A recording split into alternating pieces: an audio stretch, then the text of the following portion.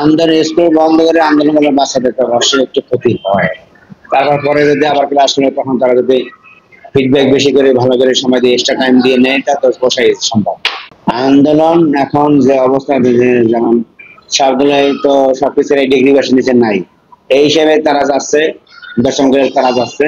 আর আমরা আন্দোলন করার 2014 সালে মামলা হয়েছে, এখন আমাদের মামলা রায় দিছে, এখন বাস্তবায়ন করলে যেটা হয় আর কি, বাস্তবায়ন করো, দেখি আমরা কি হয়। দিয়েছে কিনা এটা আমার জানা নাই, তবে আমি ফেসবুকে দেখছি যে আজকে কর্মবিরতি কোন দিন থেকে এটাও আমার খেয়াল নাই। আর আমাদের যেটা দিচ্ছে সেটা তো অনেক সময়ের ব্যাপার, সময় পরিস্থিতি থেকে আসলে তারপরে বাস্তবায়ন আস্তে আস্তে ধীরে ধীরে আর কি। এখন তো হঠাৎ করে তাদের সাথে আমরা অবগত নেই আর কি ব্যাপারটা। আমি ফেসবুকে দেখছি যে কর্মবিরতি আছে, সহকারী ডাকছে, এই পর্যন্ত। কিন্তু আমি কিছু জানি না। তবে এখন অনেকটা চেঞ্জ হচ্ছে, সব শ্রেণীর বাচ্চা এখন আমাদের মধ্যে আছে, লোয়ারও আছে, মিডল আছে, হাইও আছে।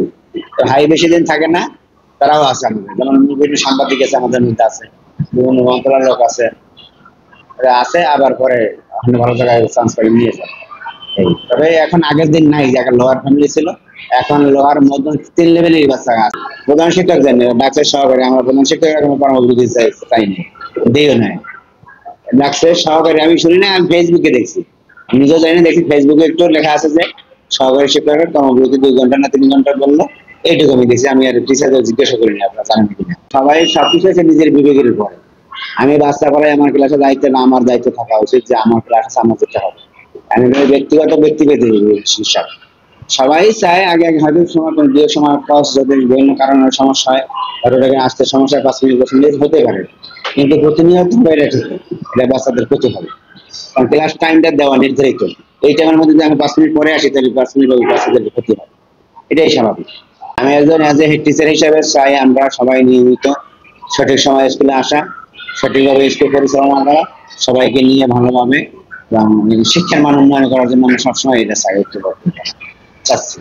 এবং ভবিষ্যতে যেখানে চাকরি করে যাবো না, দায়িত্ব থাকা উচিত যে আমার ক্লাস আমার যেতে হবে। কারণ এটা ব্যক্তিগত ব্যক্তিভেদে হিসাব। সবাই চায় আগে হয়তো সময় দীর্ঘ সময় ক্লাস যদি বিভিন্ন কারণে সমস্যা হয়, ওটাকে আসতে সমস্যা 5 মিনিট 10 মিনিট হতে পারে, কিন্তু প্রতিনিয়ত হবে এটা ঠিক, এটা বাচ্চাদের ক্ষতি হবে। কারণ ক্লাস টাইমটা দেওয়া নির্ধারিত, এই টাইমের মধ্যে যদি আমি 5 মিনিট পরে আসি তাহলে 5 মিনিট ওই বাচ্চাদের ক্ষতি হয়, এটাই স্বাভাবিক। সারা বাংলাদেশের হেড টিচার, প্রাইমারি স্কুলের হেড টিচারদেরকে আপনি কি বার্তা দিবেন? আমি একজন এজ এ হেড টিচার হিসেবে চাই আমরা সবাই নিয়মিত সঠিক সময় স্কুলে আসা, সঠিকভাবে স্কুল পরিচালনা করা, সবাইকে নিয়ে ভালোভাবে এবং শিক্ষার মান উন্নয়ন করার জন্য আমি সবসময় এটা চাচ্ছি এবং ভবিষ্যতে যেখানে চাকরি করে যাবো না।